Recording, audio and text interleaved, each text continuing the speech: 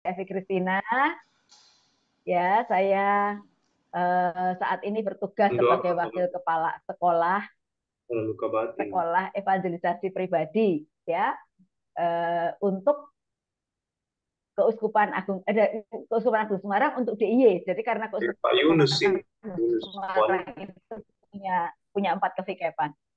Baik, jadi tadi juga tertulis pengajar retret jenjang. Jadi em, kan di pembaruan karismatik Katolik itu ada 15 retret ya, 15 retret jenjang seperti itu. Dari yang pertama SPDR, kemudian ada pertumbuhan, kemudian ada DKK, penyembuhan luka batin, dan seterusnya sampai 15. Nah, baik. Jadi malam ini saya sangat senang karena diminta untuk sharing. Jadi ceritanya di sini sharing ya, sharing pengalaman mendoakan orang dengan luka batin. Saya juga senang sekali ketemu dengan Bapak Ibu semua karena katanya rajin-rajin gitu ya, gitu. Rata-rata selalu datang. Dan mungkin memang saya punya apa ya, punya keprihatinan, punya simpati untuk penyembuhan luka batin. Kira-kira 9 tahun terakhir ini, 9 tahun terakhir ini saya memang memberikan perhatian cukup besar, fokus pelayanan juga pada seminar-seminar atau retret penyembuhan luka batin. Tentunya karena ada alasannya ya. Alasannya adalah karena saya merasa tuh kalau sembuh itu enak banget gitu. Nah, sembuh itu enak banget. Sedangkan banyak sekali orang di luar sana yang nggak punya gambaran gitu. Sembuh itu kayak apa ya? Karena terbiasa hidup dalam luka. Maka saya juga nggak tahu nih, apakah saya itu menceburkan diri atau diceburkan Tuhan gitu ya. Mulai 2014 dengan dulunya cuma ikut-ikut aja, tapi 2014 saya memang apa ya meletakkan hati saya di uh, penyembuhan luka batin. Nah, baik. Padahal ya tidak ada background pendidikan psikologi gitu ya. Jadi banyak yang nanya juga apakah saya itu punya punya apa background akademis psikolog gitu. Enggak sama sekali enggak ya. Saya tuh background akademisnya guru, ya guru, em, pengajar gitu. Sekolahnya juga kuliahnya juga di IKIP dulu ya. Jadi backgroundnya guru, bukan psikolog. Tapi saya senang sekali karena hari ini bisa ketemu dengan Anda semua, Bapak Ibu yang saya kasihi, dan kita mau bicara tentang cara mendoakan orang yang luka batin, gitu ya. Saya share screen sebentar ya.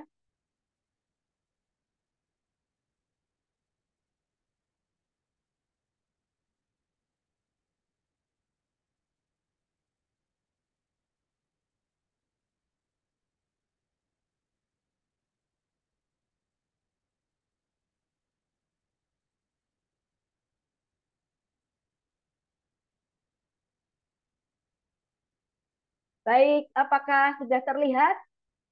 Sudah, Bu. Oke ya. Nah, baik. Ya, Bapak Ibu yang terkasih, jadi malam ini kita mau bicara tentang mendoakan orang dengan luka batin. Ya, saya mau review sedikit beberapa materi yang sudah Anda dapatkan di pertemuan-pertemuan sebelumnya ya.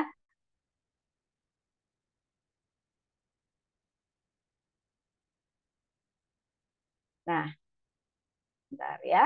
Nah, eh, ini saya review dari beberapa materi yang sering kami pakai juga di Keuskupan Agung Semarang untuk penyembuhan luka batin dan juga yang kemarin sudah diberikan pada Anda mungkin sebagian besar ya. Jadi ada berapa macam luka, yang ini hanya review aja ya, berapa macam luka. Jadi banyak orang kan berpikir bahwa semua luka itu luka batin ya Bapak Ibu. Ternyata kan tidak demikian ya.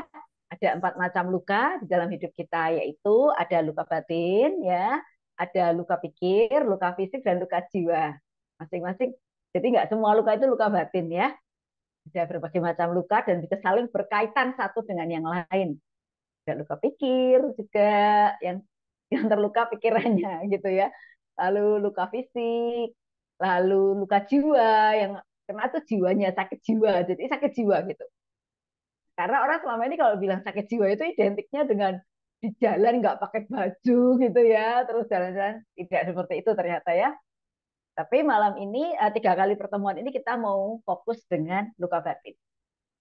Nah, siapa sih yang bisa kena luka batin? Ya ternyata semua orang ya, semua orang, bahkan juga orang-orang yang apa ya, katakanlah punya kedudukan di pelayanan, ya di gereja, romo-romo, bahkan bapak paus aja juga bisa luka batin. Intinya semua orang bisa terluka, ya, bisa terluka. Lalu penyebabnya juga macam-macam, ya. Ada yang karena ditolak, penolakan ya, terjadi penolakan, atau terjadi apa ya, pengkhianatan, kemudian mengalami juga kekerasan, lalu banyak hal, kehilangan ya, kehilangan yang sangat memukul jiwa seperti itu dan sebagainya, banyak sekali. Nah, lalu apa dampak eh, luka batin jika tidak disembuhkan gitu ya Bapak Ibu? Ini hanya mengulang yang kemarin. Apa dampaknya toh? Apa dampaknya sih kalau enggak disembuhkan? Dampaknya bisa banyak sekali ya. Mulai dari hidup kita nggak happy, ya.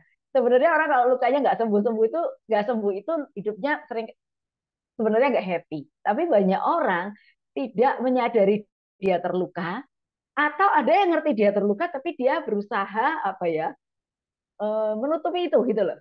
Saya baik-baik aja, saya baik-baik aja. Tapi kalau ngomong, aduh, menyakitkan hati semua orang, nah gitu ya. Jadi orang-orang yang dengan perkataan yang tajam, yang kalau orang tuh ngobrol sama dia jadi males gitu ya. Itu biasanya juga ya itu orang terluka ya biasanya ya. Nah, kemudian dia bisa berdampak juga di relasinya dengan orang lain tentu ya, relasi dengan Tuhan karena banyak orang juga yang terluka dengan Tuhan gitu. Mereka menganggap Tuhan Yesus itu nggak baik, Tuhan Yesus itu melukai mereka, membuat kebijakan-kebijakan yang tidak sesuai dengan keinginan mereka gitu ya, kira-kira begitu deh. Makanya kalau dalam seminar penyembuhan luka batin atau retret penyembuhan luka batin yang selama ini diadakan oleh Keuskupan Agung Semarang di berbagai kota di Indonesia, um, itu kalau ada basuhan kaki ya, antrian pastor, pastor kan beliau itu akan mewakili Tuhan Yesus dan hierarki gitu ya. Itu antrinya selalu paling banyak loh, pastor-pastor itu ya. Jadi rupanya tuh begitu banyak orang terluka pada Tuhan juga. Nah, jadi kalau orang luka batinnya tidak disembuhkan itu bisa dampaknya ke fisik juga ya. Fisiknya kena, maka ada orang yang sakit, rasanya migrain, vertigo, apa, tapi dicariin penyebabnya nggak ada, nggak tahu, dikasih obat juga nggak sembuh gitu ya.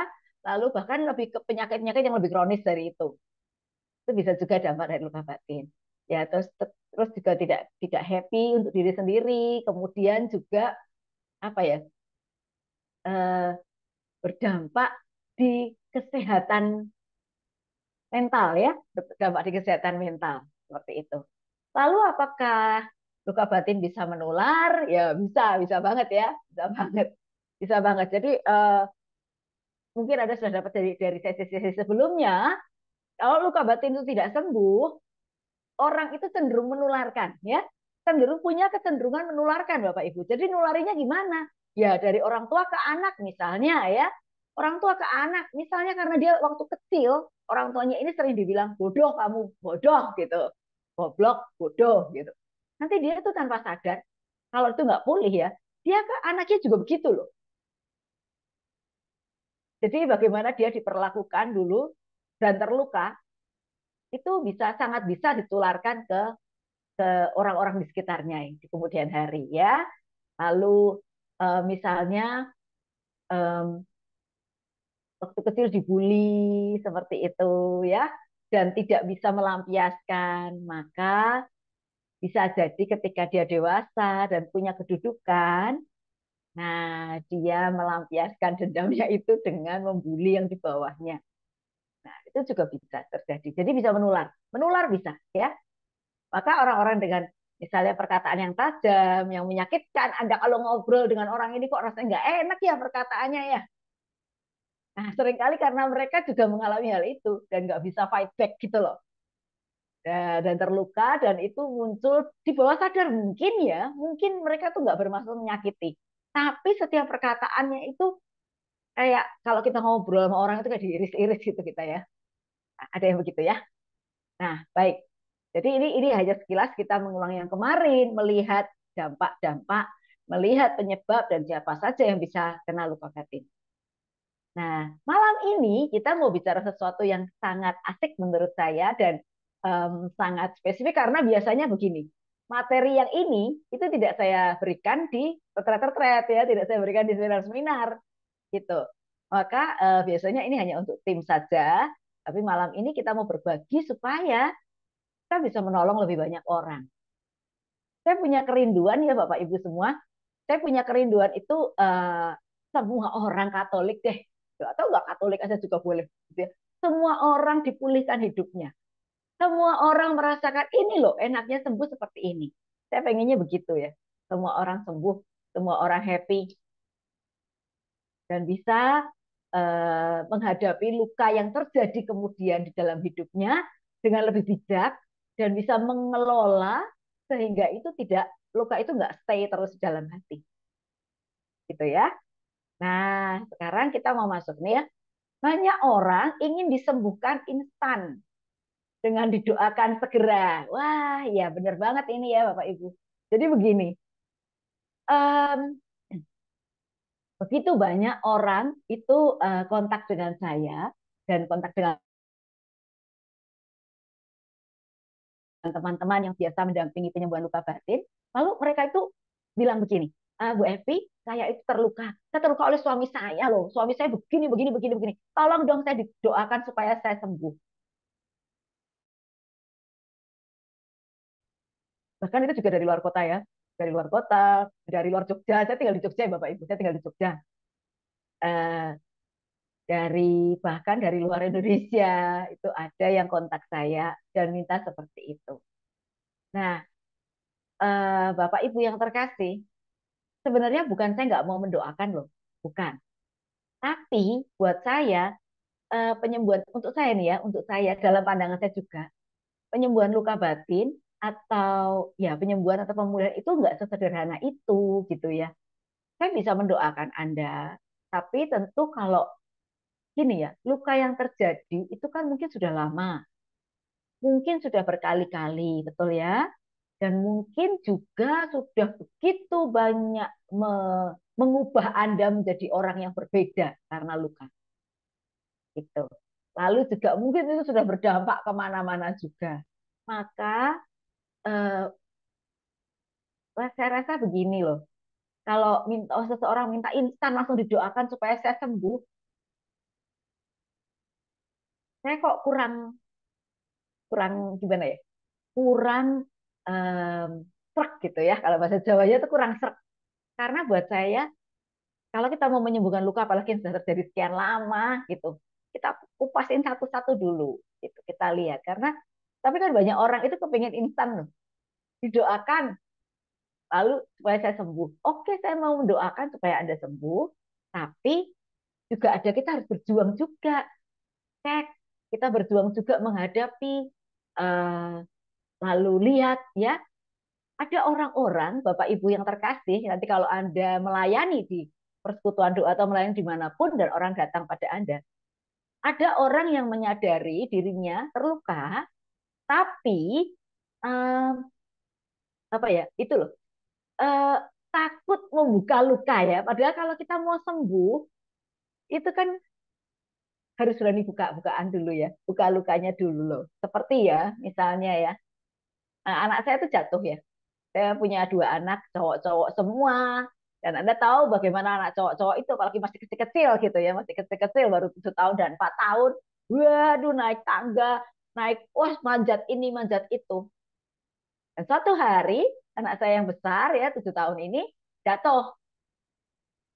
Um, Pelipisnya itu nabrak ke pinggiran meja, Bapak Ibu. Pada saat saya dan suami saya lagi pergi, kami lagi pelayanan, lagi pergi sore gitu. Ada acara di persekutuan doa. Dan dia bilang, Mami, saya nggak usah ikut deh, aku nggak usah ikut, aku di rumah aja. gitu ya. Sama adik. Oke. Ya, saya ada omanya, saya pikir ya oke. Tadi loncat-loncat dan kena di situ. Dan ya omanya panik, tapi omanya itu kan gaptek ya, nggak punya HP lagi omanya. Nah gitu, tapi luka gitu. Kemudian waktu kami pulang dari persekutuan doa, lihat kok dia kok pakai ini ya, pakai perban ya. Terus saya tanya, namanya Evan ya. Evan, kamu kenapa? Ini mami jatuh, tapi I'm okay, mami, I'm okay. Dia bilang begitu. Tapi saya curiga ya, kok kayaknya tuh di sekitarnya tuh agak bengkak gitu loh. Terus saya bilang, sakit nggak? Dia bilang, nggak terlalu. Tapi saya tahu pasti sakit, karena dia tuh sambil ngomongnya sambil mau nangis gitu. Oke, terus saya bilang, kenapa kamu bisa begini loncat-loncat gitu ya? Loncat kena pinggiran meja. Oke. Terus saya bilang, Evan, mami buka ya. Mami ganti, mami kasih obat hmm, yang akan cepat akan bisa memulihkan kamu lukamu itu gitu. Karena kalau tadi dikasih apa? Saya tanya sama omanya, Mama tadi kasih apa? Mama nggak kasih apa-apa, cuman karena anak ini nggak mau, cuman dibersihin darahnya terus ditutup aja gitu. Nah saya bilang, aduh itu bisa infeksi karena anak ini main di mana-mana kan. Terus saya bilang, Evan, ayo kita gitu ya, bersihin lukanya. Dia tahu saya akan kasih dia obat. Ada mungkin dia tahu ya Bapak Ibu ya yang dusnya merah, gambarnya kapal itu loh. Ya, saya mau kasih dia itu. Kan itu kan sakit sebentar tapi cepat sembuh. Tapi dia nggak mau mami gitu gitu gitu. Padahal kemudian akhirnya dia mau dan nangis gitu ya. Tapi dikasih itu dan cepat sekali pemulihannya dan bisa pulih. Karena dibuka, saya bersihin, saya lihat lukanya segede apa, lalu saya lihat tindakan apa yang harus dilakukan, apakah perlu ke rumah sakit atau enggak dan sebagainya dan sebagainya. Nah, maka begitu juga Bapak Ibu dengan luka batin ya. Banyak orang itu kepingin didoakan langsung sembuh. Padahal karena mereka kadang nggak siap untuk diajak membuka luka, cek gitu ya, buka luka. Jadi orang itu kalau diajak penyembuhan luka batin juga kadang punya punya penolakan. Penolakannya gini, sebenarnya mereka takut takut kalau lukanya dibuka Tuhan gitu loh. Tapi kan Tuhan itu selalu setia. Dia kalau sudah buka, dia juga akan bertanggung jawab menutupnya, asal kita juga tetap stay di situ.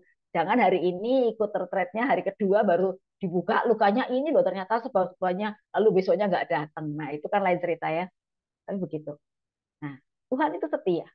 Maka saya selalu bilang jangan pernah takut kalau dibuka lukanya sama Tuhan. Karena pemulihannya bukan cuma di permukaan, ya. Kalau kita mau sembuh dari luka batin, maka pulihnya juga harusnya sampai ke dalam gitu, jangan cuma di permukaan. Kalau di permukaan doang nanti pas dibuka plesternya berdarah lagi gitu. Nah, banyak orang pengen instan, tapi uh, saya sih kurang setuju ya. Karena sebetulnya kalau kita mau sembuh-sembuh, kita berani buka-bukaan dengan Tuhan dan berani untuk dipulihkan gitu. Nah, kita lanjut ya. Maka bagaimana sih cara mendoakan penderita luka batin ya, orang dengan luka batin? Jadi langkah-langkahnya yang pertama adalah menemukan akar dulu ya, menemukan akar. Lalu yang kedua refleksi bersama, menemukan apa yang dia inginkan atau dia butuhkan. Dan kemudian yang ketiga adalah menganalisa bersama langkah pemulihannya. Kalau menganalisa ini saya rasa mendingan Anda saja yang pelayan-pelayan ya, yang benar-benar pendoa, yang melihat gitu. Kalau yang pertama dan kedua, Anda bisa bekerja sama lebih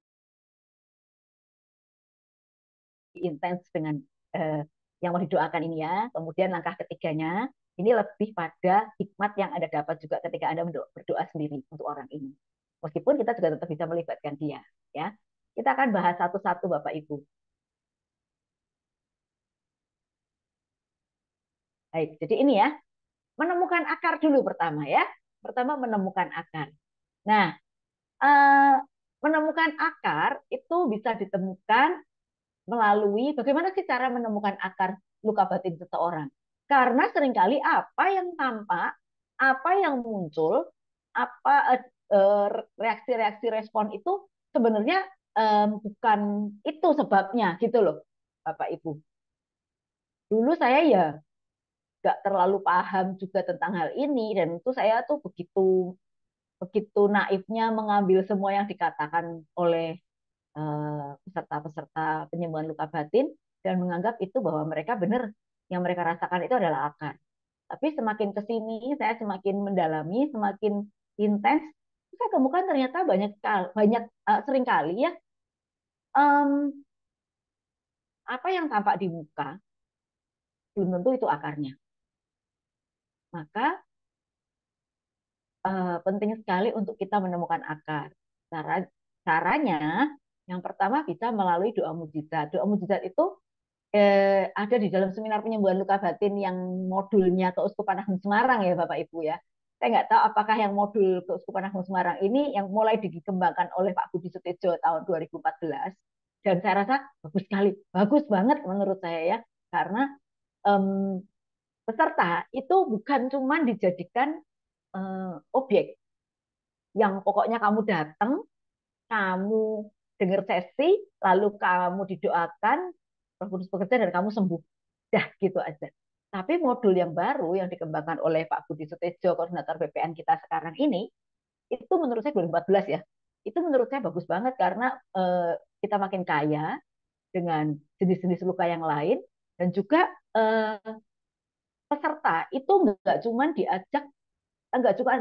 dianggap sebagai pasien dalam tanda petik ya, nggak cuma dianggap sebagai pasien, tapi mereka juga dilibatkan aktif untuk belajar mendiagnosa diri sendiri, lalu juga mereka diajak untuk uh, melangkah sendiri, ditemenin kita, panitia itu cuma teman ya, lalu menemukan sendiri, nah gitu loh ya. Dan salah satu sesi di dalam seminar penyembuhan luka batin atau retret penyembuhan luka batin yang modulnya Keuskupan Agung Semarang, modul baru yang mulai dikembangkan 2014, itu ada yang sesi yang namanya doa mujizat. Nah, di situ sebenarnya sih um, seperti kita berdoa dengan karunia sabda pengetahuan ya. Jadi pendoa-pendoanya dengan karunia sabda pengetahuannya mengatakan apa yang didapat dari Tuhan kita. Tapi itu luar biasa banget menurut saya karena begitu banyak luka-luka di sesi itu, terutama ya, tidak mengecilkan sesi yang lain. Jadi ini bukan apa ya, bukan cuma di sini, kadang itu karena peserta sudah sangat di sesi-sesi biasa materi saja mereka sudah bisa menemukan, oh ternyata akarnya bukan ini gitu loh. Nah ya, tapi katakanlah 70% ya, 70% dari yang pernah kami temui itu kebanyakan akar itu juga terbuka di doa mujizat. Jadi yang mereka kira mereka itu kenapa, ternyata kenapa. Nah ini saya kasih contoh Bapak Ibu. Ini ada saya tulisan contoh Ibu Cowboy. Saya tuh tulis, saya takut lupa deh. Soalnya supaya saya nggak lupa cerita ke Anda ya. Jadi beberapa tahun yang lalu itu ada kami adakan penyembuhan luka batin di sebuah paroki, ya permintaan paroki gitu. Lalu eh, seperti biasa, kuota itu kan sekitar 100 sampai 120 orang lah sekali seminar ya. Seminar itu 4 hari tidak menginap. Pertimbangannya supaya murah aja sih, nggak menginap. Nah, seperti biasa, peserta itu baru akan berduyun-duyun daftar itu H-7, H-10 gitu. Padahal udah dikasih tahu ya, daftarnya cepat-cepat tuh dari jauh-jauh hari, tapi pasti aja mereka tuh pada mendekati hari H baru. Kemudian ketika H-7 sudah tutup pendaftaran, sudah terpenuhi kuotanya, lalu mereka mulai yang nggak dapat tempat ini, aduh satu aja deh, saya aja begitu. Dan terpaksa kami harus tolak gitu ya. Nah pada suatu kali ada kejadian seperti ini, H-1 malah, jadi sudah ada waiting list. Biasanya kalau sudah tertutup kuotanya kami buka waiting list. Nah waiting list nanti kalau ada yang batal, yang waiting list ini dimasukkan. Nah, suatu hari itu ada seperti biasa, seperti itu terjadi, tapi H-1 Bapak Ibu. H-1 ada panitia yang kontak ke saya, minta masukkan saudaranya. Umurnya 55, seorang ibu 55 tahun. Dia bilang saudaranya itu stres berat karena suaminya berselingkuh. Ah, saya udah bilang nggak bisa kan ya, kamu kan udah tahu kita udah tutup nih pendaftarannya. Tapi dia bilang ya cobalah gitu-gitu dan akhirnya kok luar biasa sekali di sebuah kelompok yang itu ada yang mundur satu sore harinya. Maka saya masukkanlah si ibu ini yang 55 tahun ini, katakanlah ibu Mawar gitu ya, kita pakai namanya ibu Mawar. Nah, eh, bayangan saya nih ya, bayangan saya waktu hari H, kemudian di hari H, bayangan saya tuh umur 55 itu eh, mama-mama berambut panjang gitu ya, terus em, gitulah feminin feminin begitu gitu. Tapi saya salah ternyata. Hari H itu si Ibu Mawar ini datang dan penampilannya jauh sekali dari pikiran saya gitu ya. Dia tuh rambutnya pendek kayak saya begini gitu. Kayak gini rambutnya bener-bener kayak gini terus dicatnya kuning gitu ya.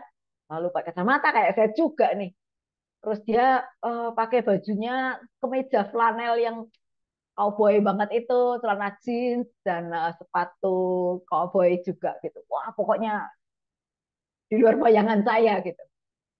Tapi orangnya nggak punya senyum, nggak ada senyum sama sekali. Bahkan di pendaftaran itu dia karena dia daftarnya terakhir kan ya, datanya kayaknya belum masuk dengan benar gitu, belum diinput panitia dengan benar, sehingga sempat ada salah paham sih dengan bagian pendaftaran, registrasi registrasi ulang, dia namanya nggak ada gitu, dia marah-marah dan nggak ada senyum dan marah-marah pula gitu ya. Tapi untung saya kemudian datang dan saya bilang, oh ya benar-benar ibu ini sudah Bu Mawar ini sudah didaftarkan, nanti menggantikan si ibu ini yang mendadak sakit nggak bisa ikut. Gitu. Ya.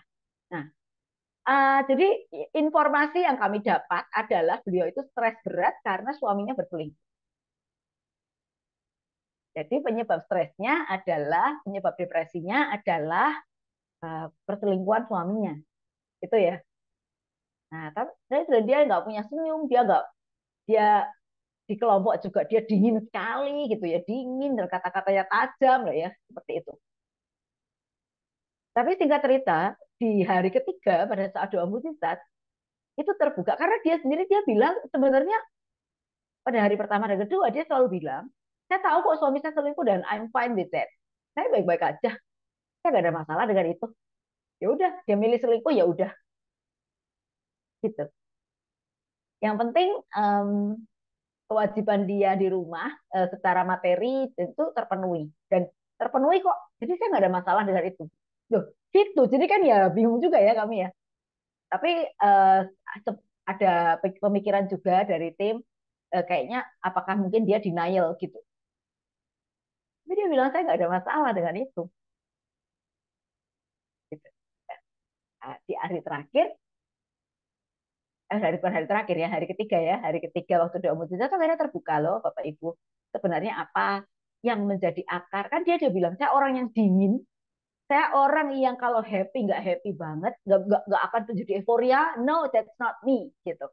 Saya orang yang kalau sedih nggak akan sedih banget sampai bahkan dia bilang orang tua saya meninggal aja saya nangis. Ya saya nggak nangis, saya cuma berkata-kata aja gitu. Ingat ya papi mami besarin saya gimana gitu. Tapi saya nggak ada nangis, nggak ada. Gitu.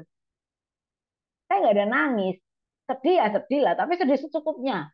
Buat saya hidup itu jangan dibuat berlebihan, terlalu lebay, dia bilang begitu. Nangis sampai kayak gitu, senang sampai euforia nggak perlu. Saya orang yang menurut dia versinya dia stabil, tapi kalau saya lihat dia dingin gitu ya. Versinya dia stabil. Nah, baik. Jadi Bapak Ibu, kemudian di doa mujizat itu terbuka ya, terbuka bahwa apa yang bikin dia menjadi pribadi yang dingin itu dan uh, menurut dia tuh sangat dingin pada suaminya. Karena waktu kecil ternyata dia dua bersaudara, dia punya kakak ya, kakaknya perempuan juga dan sayang sekali sama dia. Ternyata waktu kecil yang namanya anak-anak, kakaknya tuh suka mukulin dia. Suka mukulin, kan dia badannya kecil gitu ya. Suka dipukulin, suka pokoknya dianiaya lah. Dianiaya dalam tanda petik loh, maksudnya karena anak-anak kan ya. Waktu itu dia kira-kira umur 3-4 tahun dan kakaknya sekitar 7-8 tahun, sekitar itu. Dan itu berlanjut sampai dia kira-kira 7 tahun, beberapa tahun lah. Kakaknya itu suka mukulin dia kalau dia salah sedikit dijewer, dicubit gitu. Dan dia nggak pernah bisa balas. Jadi uh, dia udah lupa sih dengan peristiwa itu ya, dia udah lupa. Tapi ternyata itu membentuk dia itu dia membentuk lah. Dia terluka banget dan itu membentuk pribadinya dia menjadi orang yang ya, dan kebetulan suaminya itu apa ya, punya background pekerjaan yang sama dengan kakaknya. Jadi suaminya dan kakaknya itu sering ada kerjasama bareng gitu. Dan dia melihat mereka ini kok mirip ya, sifatnya mirip, kalau ngobrol mirip gitu. Dia bilang gitu ya. Nah, jadi dia jengkel gitu. Ya, singkat cerita, ternyata akar yang membuat dia menjadi dingin terhadap suami, menjadi tidak hangat, menjadi selalu mau melawan suaminya terus, itu karena itu. Dan dia sadari, baru sadari itu. Ya suaminya selingkuh, memang selingkuh. Ya kalau versi suaminya sih karena nggak gitu lah ya, masalah rumah tangga begitu. Tapi itu kan bukan pembenaran buat saya ya. Cuman Bapak Ibu, kita mau lihat adalah ternyata yang kita kira akar bukan akar, ya. Kemudian dia menemukan di hari terakhir, di awal yang dia begitu dingin, yang dia katakan stabil, di hari terakhir penyembuhan luka batin itu dia, kalau foto sebelumnya cuma gini, foto kelompok nih, foto kelompok dia lainnya kan gitu ya, dia cuma gitu. Tapi hari terakhir ketika dia bilang malamnya itu begitu ketahui itu dia nangis luar biasa. Dia bilang ini pertama kali saya nangis sampai begini, sampai matanya bengkak nggak karu-karuan, nangis dia luar biasa. Hari terakhir ketika foto bersama kelompok dia sudah begini. Sudah jadi manusia, sudah jadi manusia ya. Nah, dan karena ketemu akarnya, lalu dia rekonsiliasi sama kakaknya nggak berasa loh, kakaknya sudah nggak ingat ya, gitu ya. Apa nih yang rekonsiliasi yang indah sekali dengan kakaknya. Dan saya dengar sih setelah itu dia juga rekonsiliasi dengan suaminya dan uh, happy family hari ini. Puji Tuhan ya. Nah, ketemu akar di situ. Lalu bisa juga ketemu akar, orang menemukan akarnya benar-benar yang dia tahu, saya tuh begini karena begini gitu ya. Dan akarnya benar-benar itu juga bisa. Jadi jangan semua hal atau nanti kalau ada yang konflik ada curigai sebagai bukan akarnya nih, bukan akarnya gitu ya. Belum tentu, kadang yang mereka katakan tuh memang akarnya juga ternyata gitu ya. Nah, salah satunya ini yang saya mau sharingkan itu contohnya dari seorang ibu di Wonosari. Wonosari itu sebuah kabupaten di Jogja ya, di Gunung Kidul gitu. Nah, itu ada peserta namanya SPLB. SPLB, kalau saya sebutkan SPLB berarti Seminar Penyembuhan Luka Batin ya, Bapak Ibu. Namanya Bu Murtini. Ini nama sebenarnya karena saya sudah minta izin beliau untuk diceritakan kemana-mana dan dia oke, boleh gitu. Mau kasih fotonya juga boleh, dia bilang gitu karena benar-benar kejadian ya. Bu Murtini ini guru SMP Kanisius dan dia seorang katekis. Nah, waktu di Wonosari diadakan, eh, dia itu selalu datang dengan baju putih, Bapak Ibu. Karena kan baju putih itu hanya dipakai dari ketiga ya. Dia tuh pakai tiap hari baju putih. Lalu ketika terbukalah bahwa dia itu selalu ingin mati. Karena apa? Dia cerita, dia itu dari kecil sebenarnya kepengen jadi suster, pengen jadi biarawati. Tapi apa daya waktu dia lulus SMA dia jatuh cinta dengan organis gereja, ya, lalu menikah. Ya, oke kan ya. Pernikahannya baik-baik saja dan waktu ikut penyembuhan luka batin ini pernikahannya sudah berjalan 16 tahun dan baik-baik saja. Suaminya baik sekali, dia punya satu anak perempuan dan anak perempuannya juga baik dan pintar. Tapi sejak 10 tahun terakhir, Bu Murtin ini selalu pengen mati. Dia selalu rasanya kepingin mati aja gitu. Tapi dia nggak berani bunuh diri kan dosa ya.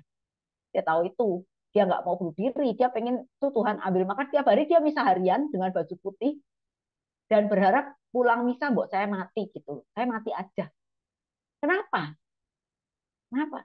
Karena dia menyesal kalau nggak jadi biarawati gitu loh. Kenapa dia menikah? Kenapa dia nggak jadi biarawati aja? Jadi dia tuh selalu dia merasa dia mengkhianati Tuhan, ya. Dia merasa dia tidak menuruti panggilan Tuhan dalam hidupnya dia gitu dan memilih hidup berkeluarga. Tidak ada satu orang pun yang bisa kasih tahu dia. Bahkan suaminya juga enggak. Tapi suaminya luar biasa lah, sabar sekali, baik banget. Jadi dia sudah siapkan juga baju kematiannya Bapak Ibu. Dia sudah bilang sama suaminya, pokoknya sewaktu-waktu mati, puji Tuhan, aku mau pakai baju ini. Dia sudah siapkan kebaya putih, lalu kain batik untuk bawahnya ini, rosario yang nanti dia mau taruh di peti mati ketika dia meninggal, dia mau pakai rosario yang ini, gitu. Dia sudah pilih semuanya. Nah, eh, pada saat itu ya sampai akhirnya pokoknya dia mengalami pemulihan ya. Dia mengalami pemulihan luar biasa dan kesadaran bahwa hidupnya itu sangat berharga dan sebagainya ya. Kalau saya cerita nanti kita selesainya zoomnya besok. Nah, tapi yang saya katakan apa? Yang dia anggap sebagai akar, benar akarnya itu memang itu yang selalu bikin dia khawatir. Kekecewaan terhadap dirinya sendiri. Dia nggak bisa mengampuni dirinya sendiri karena tidak jadi biarawati, bukan pragawati, biarawati. Dia nggak jadi biarawati. Gitu. Jadi kesadaran diri akan akar yang benar. Ternyata ya akarnya memang itu ya. Lalu bisa juga akar itu ditemukan di konseling yang saya tulisnya deep counseling. Deep counseling itu maksud saya menurut saya itu loh. Konseling yang mendalam ya, yang dalam, yang nggak cuma sekedar omong-omong gitu, nggak cuma sekedar ngobrol, tapi benar-benar mendalam. Nah, contohnya ini seperti ini. Ada seorang ibu ya. Ini kemarin saya sudah minta izin juga dengan yang bersangkutan untuk ceritakan ini, tapi dia setuju dengan nama samaran, gitu ya. Ada seorang ibu, katakanlah ibu A, gitu ya. Dia tuh bilang sama saya, konseling pada saya dan bilang eh, suaminya tidak mencintai dia karena suka marah-marah, emosional, temperamental sekali. Hmm, temperamentalnya tuh mukulin barang-barang di rumah, banting-bantingin gitu ya, merusak pintu, merusak apa gitu. Dan mengatakan hal-hal yang gak baik ke dia, perkataan-perkataan kotor. Padahal dia tuh merasa dia nggak lakukan apa-apa gitu loh. Lalu juga selalu mencurigai dia melakukan sesuatu. Sampai akhirnya dia bilang, saya nggak tahan deh Bu Evi, kayaknya mau cerai aja. Gitu ya. Nah, kami ngobrol banyak sih. Jadi mereka, saya bilang berapa tahun terjadi seperti itu dan sebagainya saya selidikin. Tentu dengan berdoa ya Bapak Ibu. Kalau selidikin sendiri nggak bisa. Selidikinya bersama Roh Kudus ya, berdoa mesti harus gitu. Berdoa itu wajib hukumnya. Bahwa Roh Kudus selalu, bahwa Tuhan selalu kalau setiap kita mau membantu seseorang kan. Nah, uh, ternyata gini, suaminya itu sudah 7 tahun di PHK, ya, tidak punya pekerjaan dan um, karena dia dulu tulang punggung keluarga gitu, tulang punggung keluarga, istrinya itu housewife, ibu rumah tangga biasa. Lalu 7 tahun yang lalu dia dapat kena PHK dan dia itu nggak bisa cari kerjaan apapun, nggak bisa. Lalu istrinya ini mulai jualan, membantu perekonomian rumah tangga yang sudah oleng dengan jualan nasi rames ya, nasi rames, nasi campur gitu. Kecil, dari kecil dia jualan di gang di depan rumahnya gitu. Akhirnya berkembang gitu loh, berkembang bagus sampai mereka bisa punya warung makan dan rame. Ekonominya membaik ya, ekonominya membaik. Bahkan dulunya misalnya mereka cuma punya 2 motor, sekarang mereka bisa beli mobil karena warung itu. Tapi kan harusnya itu happy ya semuanya, dia itu enggak. Nah, kemudian juga mohon maaf sekali. Jadi suaminya ini terkena diabetes ya dan ya kurang berfungsi lah sebagai suami 4-5 tahun terakhir. 4-5 tahun saya tanya ya berapa tahun ya itu dia sampai makin emosi ya 5 tahun terakhir. Nah, jadi apakah akarnya? Jadi si istrinya ini kan nggak tahu apa sih akarnya. Saya tuh salah apa? Saya kerja kerja loh. Saya bener saya kalau ada pergi kor gereja, saya pergi kor gereja beneran. Saya nggak kemana-mana. Apapun yang dia butuhkan, uang selalu tersedia. Apapun gitu. Dan saya tidak pernah, istrinya ngomong gitu ya, di hadapan keluarga besar, saya selalu bilang ini semua berkat dia. Saya nggak katakan bahwa saya berjuang dan dia enggak. gitu. Ya, saya mau orang-orang tahu bahwa suami saya itu tetap head of the family. Tapi kan suaminya tidak merasa begitu. Dia tahu sebenarnya gitu loh. Dia invalid, dia paralyzed di beberapa bidang yang harusnya memang tugasnya dia sebagai seorang imam, nabi dan raja kan ya. Nah, disitulah dia mulai nggak ke gereja juga. Maka akhirnya saya katakan, jadi akarnya ini bukan pada ibu ya, bukan pada ibu, tapi pada dia sendiri yang tidak bisa mengampuni dirinya dan dia jadi cemburuan luar biasa ya karena dia takut kehilangan itu. Dia bilang padahal suami saya enggak, tapi untungnya nggak pernah mukul ya, nggak pernah mukul istrinya. Tapi dia menghancurkan segala perabot rumah tangga ya, tapi nggak pernah mukul istrinya, puji Tuhan. Ternyata akarnya kan sebenarnya ketidakmampuan suaminya menerima dirinya sendiri kan, ketakutan bahwa istrinya akan meninggalkan dia. Lalu dia bermain dengan pikirannya sendiri, istriku pasti eh, kecewa banget dengan keadaanku yang tidak bisa berfungsi maksimal. Gitu-gitu. Padahal istrinya itu menerima dia banget loh. Alah, kami udah tua lah, udah yang penting kan sekarang rukun, duit ada cukup, anak-anak udah nikah, udahlah, apalagi sih yang dicari? Istrinya kan gitu. Puji Tuhan usahanya jalan. Tapi kan di pikiran pria ini, pikiran suaminya kan nggak begitu ya. Marah-marah lah dia. Dan istrinya tuh pengen cerai karena itu gitu loh. Padahal dia tuh marah-marah sebenarnya karena dia takut kehilangan dan ketidakmampuan dia menerima dirinya sendiri. Tapi kalau misalnya saya tahu nih model begini ya, kalau dikasih tahu begini dia masih bilang, wah denial lah, itu pasti di awal pasti begitu. Tapi dan puji Tuhan Bapak Ibu ya, saya tahu saya tidak bisa mendekati suaminya, nggak mungkin juga gitu. Lalu saya minta istrinya gini begini dan saya ada teman baik yang bisa kebetulan kenal mereka, saya minta deketin suami. Puji Tuhan lah, sekarang sudah nggak jadi cerai lah pasti ya, sudah rukun sekarang. Puji Tuhan dan mereka berdua melayani di gereja sekarang. Everything is okay now gitu. Tapi seperti itu. Akarnya kita menemukan akar melalui konseling yang mendalam dan tidak semata-mata langsung diterima curhatan istrinya mau cerai karena suaminya kasar. Nah, itu ternyata begitu. Suaminya kasar. Kita cari tahu. Uh, di konseling ini bisa juga Anda masuk Bapak Ibu dari kalau yang alumni SEP atau CAP bisa masuk melalui metode Forkiners juga bisa ya.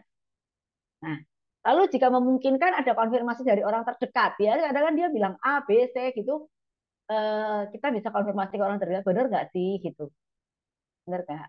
Ya kalau memungkinkan ya. Kalau sangat private ceritanya seperti yang suami istri tadi, saya nggak akan konfirmasi dengan anaknya atau siapa, benar nggak bapakmu begini, akan nggak mungkin lah ya, nggak. Tapi kalau Anda kadang-kadang kita harus cross check juga ya, harus cross check juga. Tapi itu sangat situasional. Ya baik. Um, Kemudian selanjutnya refleksi bersama.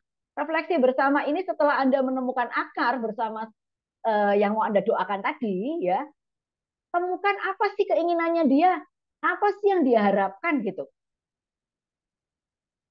Expectation, ya berarti expectation. Apa yang dia harapkan? Dia kepinginnya gimana? Dia kepinginnya seperti apa? Tapi itu pun keinginan itu jangan langsung diakomodir tepat itu ya Bapak Ibu. Kita juga lihat seperti apa. Apa yang diinginkan dia itu baik nggak? Sesuai dengan bikin dosa nggak gitu ya istilahnya, sesuai dengan kehendak Tuhan atau enggak, itu kita bawa dalam doa juga ya, menemukan apa sih yang kamu inginkan. Nah, kalau saya tanya ke ibu yang tadi yang suaminya begitu, saya tanya ibu yang ibu inginkan apa, apakah suami ibu dapat kerjaan lagi, bekerja, enggak, dia bilang gitu, enggak, saya cuma pengen bapak itu tenang, santai, damai gitu ya, dia tidak berdaya di beberapa hal itu oke buat saya, dia bilang gitu. Mungkin buat istri lain tidak oke, tapi buat saya oke. Karena bagi saya itu kedamaian dalam keluarga lebih penting. Nah, maka itu ya, cari tahu.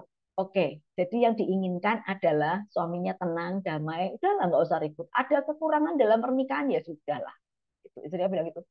Puji Tuhan, kita tuh sekarang udah lumayan ada uang, sudah nggak kesulitan. Anak-anak sudah selesai sekolah, udah rumah tangga. Kita bisa menikahkan anak-anak. Ya sudahlah, gitu loh. Ya, asal dia nggak kasar lagi, nggak marah-marah lagi, saya tuh udah wes, orang Jawa bilang wes, terima, sudah menerima. Cari tahu Kemudian yang ketiga, menganalisa langkah pemulihan Bapak Ibu, ya. Menganalisa langkah pemulihan. Nih, apakah harapannya realistis tadi ya?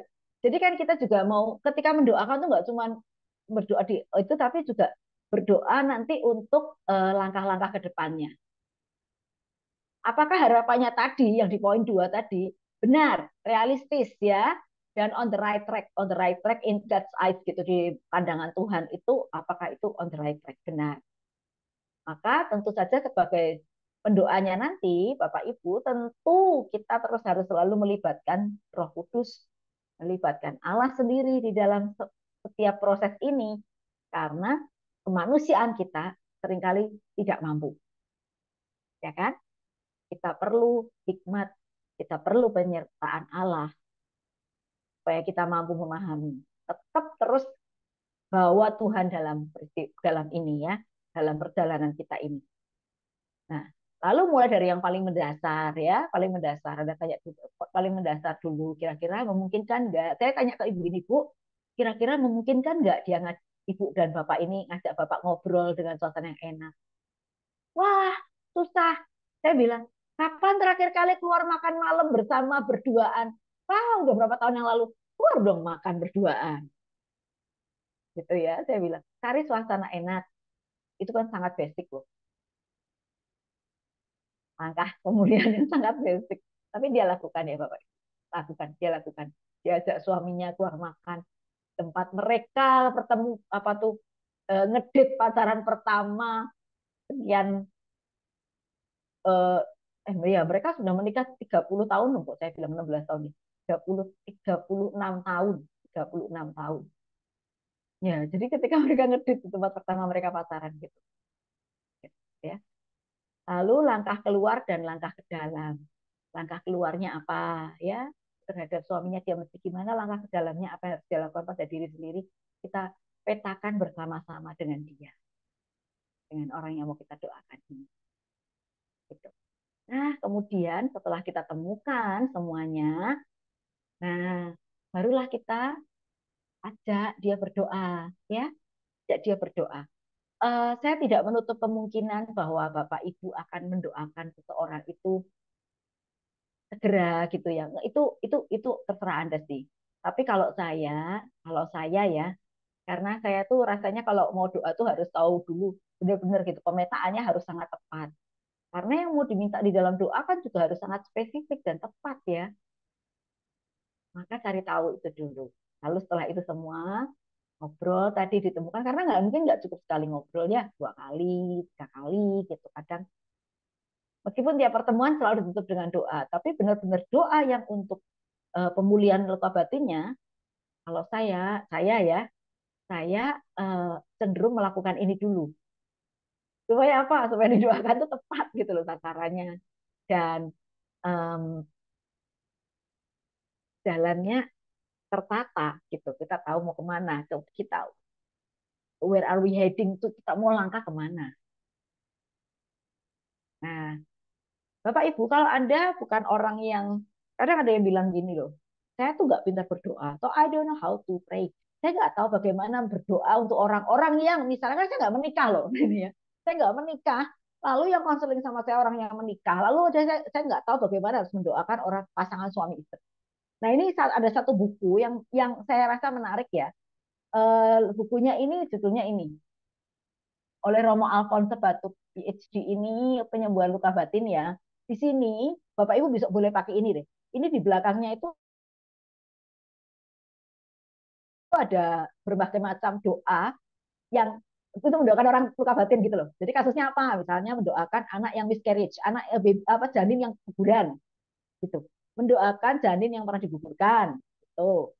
Lalu berdoa untuk suami istri yang hubungannya tidak baik. Cara mendoakan ada doanya untuk apa ini di bagian belakang dia agak banyak contoh ya kalau Anda merasa kesulitan cari kata-katanya gimana ya ngomongnya gimana ya nah itu Anda boleh pakai buku ini Bapak Ibu boleh di belakangnya tuh ada contoh-contoh doa ya nggak harus dihafalin sih panjang soalnya ya, panjang banget. Jadi Anda boleh baca loh. Jadi Anda boleh baca. Jangan merasa gimana ya? Aduh kalau saya baca saya malu. Gak usah malu Bapak Ibu, daripada kita salah ngomong ya. Kita bisa minta izin ke yang kita doakan. Saya mau doakan Anda pakai ini ya, karena buku ini akan tepat sekali buat Anda. Doa yang ada di sini. Gak apa-apa. Kita kan memang tidak sempurna segalanya ya. Memorinya, ini doanya panjang-panjang. Memorinya kita nggak bisa ingat semua. Tapi nggak apa-apa. Gitu. Gitu ya. Jadi Bapak Ibu yang terkasih, materi saya hanya ini. Teorinya seperti ini, tapi lebih banyak lagi Anda perlu melibatkan Tuhan dan hati Anda. Mendoakan orang dengan penyembuhan untuk yang terluka batin gitu ya. Mendoakan orang yang terluka batin itu butuh hati. Butuh telinga mendengar, butuh hati. Dan saya percaya Anda semua, jika Anda berdoa bersama Tuhan, Anda melibatkan Tuhan dalam semua proses ini, melibatkan Tuhan, saya percaya kita semua, Anda semua, Bapak Ibu yang saya kasihi, juga akan punya hati seperti hati Tuhan. Nah, dari saya materinya cukup sekian. Nanti jika ada yang mau bertanya, boleh sekali ya. Terima kasih. Selamat malam, Tuhan memberkati. Yeay, terima kasih Bu Evi, luar biasa. Bapak Ibu, boleh kita kasih apresiasi yuk. Ada yang boleh langsung, terima kasih. Ada yang bisa kasih reaction juga, silahkan. Terima kasih Bu Evi, ya, benar-benar luar biasa ini. Karena Ibu ini kan praktisi juga ya Bu ya, jadi nggak hanya sekedar teori gitu ya Bu ya. Oke, ini ada beberapa pertanyaan yang masuk. Yang pertama itu tadi mungkin Ibu juga bisa lihat katanya, apakah bisa konseling pribadi tentang luka batin dengan Ibu sendiri gitu ya, maksudnya ya. Bagaimana caranya? Terima kasih katanya gitu Bu. Baik, tadi yang bertanya, saya langsung jawab aja ya. Saya langsung Iya, jawab, boleh? langsung aja Bu. Ya, Silakan. dengan Sintarto ini Bapak atau Ibu ya? Bapak ya. Bapak ya. Dengan Pak Sintarto, ya. Sebenarnya tuh saya lebih seneng ngobrol ya. Kalau saya nggak konseling itu kayaknya gimana gitu. Mungkin ngobrol bisa, tapi memang harus janjian waktu. Apalagi kalau beda kota ya. Kalau beda kota itu kita mesti janjian waktunya dulu supaya ya saya mohon maaf karena saya tuh ibu dengan dua anak balita, dua anak kecil di rumah. Jadi memang harus waktunya dan jadwal cukup padat. Jadi bisa, tapi memang harus janjian waktu dulu gitu ya. Mungkin by phone atau Bapak bisa mengirimkan voice note dulu. Jadi untuk saya pelajari dulu gitu. Lewat WA ya. Oke, Baik. jadi mungkin Ibu kalau misalnya nanti Pak Sintarto minta nomor telepon Ibu ke saya boleh beri ya Bu ya? Boleh sekali. Oke, ya baik, makasih Bu. Ini ada pertanyaan yang masuk ke langsung direct ke saya. Ibu katanya itu bagaimana untuk mendapatkan buku yang tadi? Katanya. Ya, itu buku saya beli di percetakan Kanisius sih ya. Tapi nanti saya lihat ya penerbitnya mana gitu. Nanti saya cek ya. Bukunya ada di bawah, ini saya di lantai 2 di ruang kerja. Nanti saya lihat deh bukunya itu ya, percetakan mana yang mau menerbitkan gitu. Ya, nanti saya cariin deh. Saya info ke panitia ya. Besok pagi. Saya cek. Baik, makasih Bu. Kalau boleh saya kasih masukan, saya sendiri beli buku itu waktu itu di Cikanyere. Saya beli buku itu di Lembah Cikanyere, di Puncak ya. Jadi mungkin Bapak Ibu yang perlu pas kebetulan ada ke sana, ada tuh di sana di toko rohaninya banyak sekali itu buku itu. Dan saya udah baca, emang itu bagus sekali Bu ya bukunya. Sangat membantu buat kita yang mau belajar untuk menjadi seorang konselor gitu. Ya, ini ada tulisan nih Pak Yohanes ya di Bukalapak harganya 85.000. Silakan, silakan gitu ya. Saya Oh, langsung senang banget ya. Terima kasih iya informasinya. iya. Oke. Eh, nah, nggak tahu nih, belum ada pertanyaan yang lain nih. Apakah ada Bapak Ibu yang mau tanya? Mungkin bisa langsung di unmute juga boleh Bu ya. Kalau misalnya mau tanya, ada pertanyaan yang kurang jelas. Oh, oke oke. Ini ada pertanyaan Bu, masuknya sebentar Bu. Eh,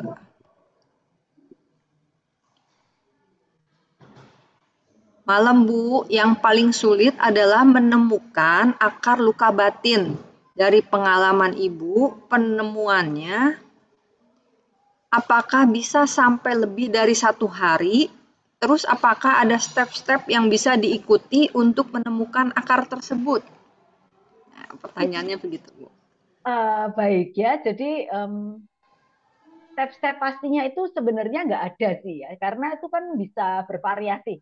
Jadi kalau misalnya maksudnya nggak ada pakem khusus kalau buat saya sih, misalnya harus begini, enggak sih nggak ada, karena itu juga melibatkan kerja Tuhan karena bukan kerja manusia ya.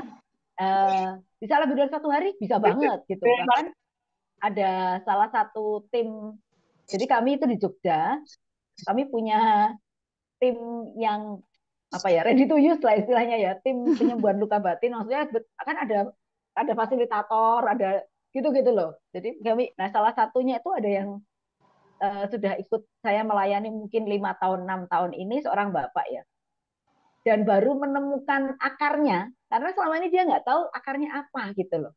Jadi beliau itu, mohon maaf ya, badannya gede tinggi, tapi mohon maaf sekali melambai gitu loh. Jadi iya, jadi kalau ketemu saya tuh, aduh Bu Evi, aduh mau cipika-cipika sama saya terus, saya jangan begitu ya, gitu-gitu ngomongnya begitu loh. Badannya sih gede, itu kalau jaga di depan pintu tempat retret itu nggak ada yang berani masuk, dia badannya gede banget gitu. Oh, Gitu. Tapi melambai dan sangat sensitif orangnya. Dia menikah loh dan punya anak gitu. Ya, tapi dia tuh nggak tahu kenapa dia melambai gitu. Melambainya banget gitu. Jadi kalau gitu ya, pokoknya gaya tangannya juga begitu, nadanya juga begitu. Kemudian setelah dia ikut melayani, jadi dia temukan pertama kali ikut penyembuhan luka batin tahun 2015 atau 2016 gitu ya. Dia temukan bahwa dia terluka dengan siapa, si A misalnya gitu. Lalu setelah itu karena dia merasa terpulihkan, dia ikut sering ikut saya melayani, dan 1 kali 1 2 tahun 2 tahun setelah itu dia ikut saya melayani di satu tempat sebagai panitia loh, sebagai panitia di sebuah kota gitu ya. Dia temukan akarnya di situ loh.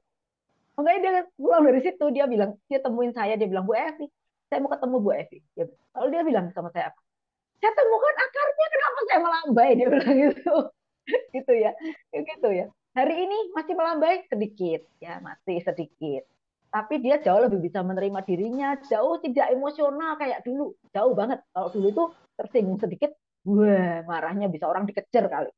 Tapi hari ini bisa temukan akarnya, jauh lebih sabar karena dia juga sudah bisa menerima dirinya ya. Gitu. Jadi prosesnya tiap orang bisa sangat berbeda. Tapi uh, bisa lebih dari 1 hari, bisa. Ketemu dalam 1 hari juga bisa. Ketemu di saat 2 mujizat juga bisa. Nah itu tergantung kerja Tuhan. Tapi memang harus cari akarnya. Kalau mau penyembuhan luka batin, kita cari akarnya supaya penyembuhannya tuntas, nggak cuma ngambil di apa ya, luka itu cuma di permukaan aja, tapi kita gali sampai akarnya gitu. ya, seperti lapisan bawang ya, Bu ya. Berlapis-lapis mungkin ya, Bu. Ya. Tapi sampai akarnya sendiri mungkin memang perlu karya Roh Kudus ya, Bu. Oh iya, karya Roh Kudus dan keterbukaan diri juga sih, gitu. Ya, Keterbukaan diri juga, dan memang harus ada eh, apa ya, environment tuh apa ya, lingkungan yang mendukung juga lingkungan untuk yang itu. Gitu. mendukung. Iya. Oke, makasih Bu. Ya, selanjutnya ada pertanyaan lagi Bu. Ya. Yang pertama ini, kalau ada suami yang ada gangguan psikosomatis, terganggu saat tidur dengan pikiran-pikiran sehingga sulit untuk tidur. Ditambah pula terluka berat saat istri meninggalkannya dengan alasan yang tidak cocok karena sorry sebentar. Tidak cocok karena merasa istri tidak mau menerima dia. Bagaimana menenangkan suami bahwa itu harus dilewati? Ya, terima kasih pertanyaannya. Cuman kita tidak bisa, orang yang seperti itu tidak bisa kita bilang harus kamu bisa lewati. Ini akan berlalu, harus nggak bisa karena dia sudah terlalu sibuk dan menderita dengan apa yang dia rasakan ya, gitu. Jadi kalau kita hanya bilang harus itu malah jadi beban buat dia. Maka memang harus ada ya, kita ada yang mengarahkan step by step, karena itu kan mungkin sudah bertumpuk-tumpuk ya lukanya. Kalau menurut saya itu banyak kejadian sih yang seperti itu, dan semakin dia diharuskan dia semakin tertekan secara teori, secara gini maksud saya, secara yang ngasih tahu harus itu saya ngerti, maksudnya pasti baik. Tapi untuk yang menjalani, nah gitu ya. Kadang kalau kita menghadapi orang dengan luka batin itu kita nggak bisa dengan akal sehat kita loh. Kita menempatkan diri sebagai dia, ya. Dia itu latar belakangnya gimana? Dia itu pengalaman hidupnya gimana? Nah, maka apalagi untuk orang yang latar belakang keluarganya mungkin dia dikerasin dari kecil, sering dipukul, itu semakin ditekan dengan kata harus, semakin stres malahan, malah semakin jadi. Nah, pendekatannya sih berbeda-beda sebenarnya untuk tiap orang, tapi kalau saya dengar sekilas sih jangan diharus-haruskan terus gitu. Tapi dibawa pada kesadaran bahwa apa ya? Ini kan tadi kasusnya kan masih sangat random ya. Tapi mungkin dibawa kesadaran bahwa dia mau sembuh dulu nggak?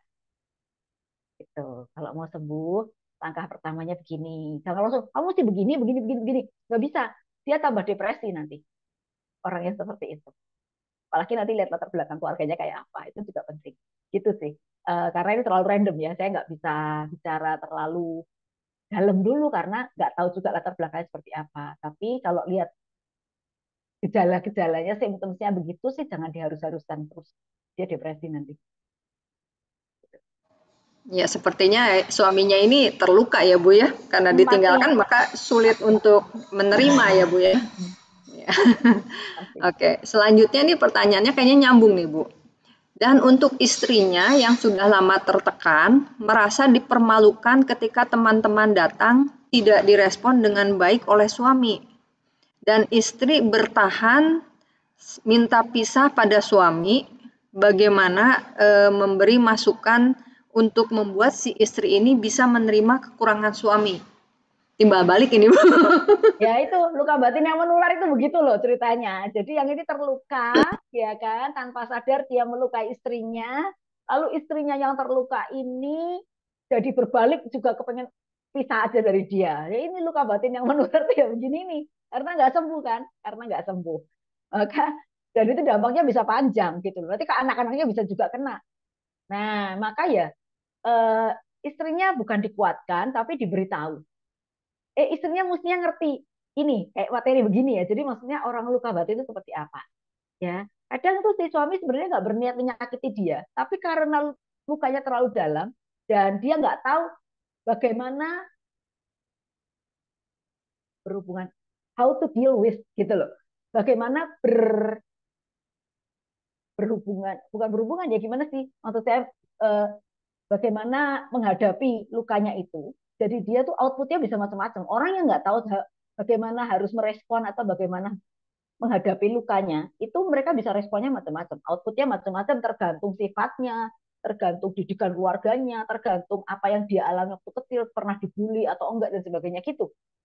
Makanya yang lukai saling melukai, tapi kalau eh, sebenarnya memang istrinya juga berat loh ya. Kita harus memahami istrinya juga menerima suami yang seperti itu tidak mudah. Nah, tapi sekarang harus dibangun kesadaran bahwa suamimu itu dalam tanda petik sakit. Dan itu juga sakitnya sudah keluar ke kamu karena kamu jadi nggak tahan. Nah, sekarang bagaimana mencari sumber penyakitnya dan disembuhkan kan gitu. Gitu ya. Istilahnya begitu dulu. Jadi memahami cara dia sakit. Itu Iya, memang harus ditelusurin dulu ya. iya, dua-duanya ya, Bu ya, sepertinya ya, suami Dua-duanya. istri harus Ya, konseling ini. tapi istrinya juga kasihan. Kita mesti juga bersimpati pada istrinya loh ini ya. Iya, apakah cukup menjawab, Bu, buat yang bertanya? Oke, saya rasa sih cukup jelas banget ya. Selanjutnya Bu Evi, ada pertanyaan nih katanya, Bu bisa tolong dijelaskan lebih detail yang dimaksud dengan langkah keluar dan langkah ke dalam? Ya, terima kasih Pak Yohanes. Jadi yang dimaksud langkah keluar itu langkah yang berhubungan dengan orang lain. Ya, misalnya saya itu saya itu tersakiti oleh suami saya loh. Dia itu sampai kalau ada teman datang nggak disapa, malu kan saya. Nah, gitu ya, malu. Nah, jadi apa yang harus dilakukan ke suaminya? Keluar kan? Tapi sebagai istri yang sebagai pelapor dan merasa terzolimi ini, ya, si istri yang merasa terzolimi ini, dia juga harus cek ke dalam. Apakah saya punya luka juga yang menyebabkan saya terlalu sensitif? Itu bisa jadi loh, ya. Bisa jadi sebenarnya suaminya mungkin cuma begini loh. Istrinya bilang ada teman gue datang. Suami cuman liatin, oh ya, disapa dong. Ah, temen lu aja. Wah, dia sudah sakit hati luar biasa gitu ya. Padahal mungkin itu untuk orang lain tuh biasa, nggak apa-apa. Tapi untuk dia menjadi luar biasa karena dia ternyata juga punya luka, misalnya penolakan waktu di dalam kandungan. Nah, siapa tahu ya. Sehingga dia sangat sensitif terhadap penolakan. Nah, jadi ya Pak Yohanes, yang keluar itu berkaitan dengan orang-orang yang terlibat di dalam kehidupan Anda, yang ke dalam itu ke saya. Karena eh, kadang orang itu nggak sadar bahwa itu sudah berdampak ke dirinya juga. Jadi harus dicek, dilihat keluar dan ke dalam. Baik, terima kasih itu ya.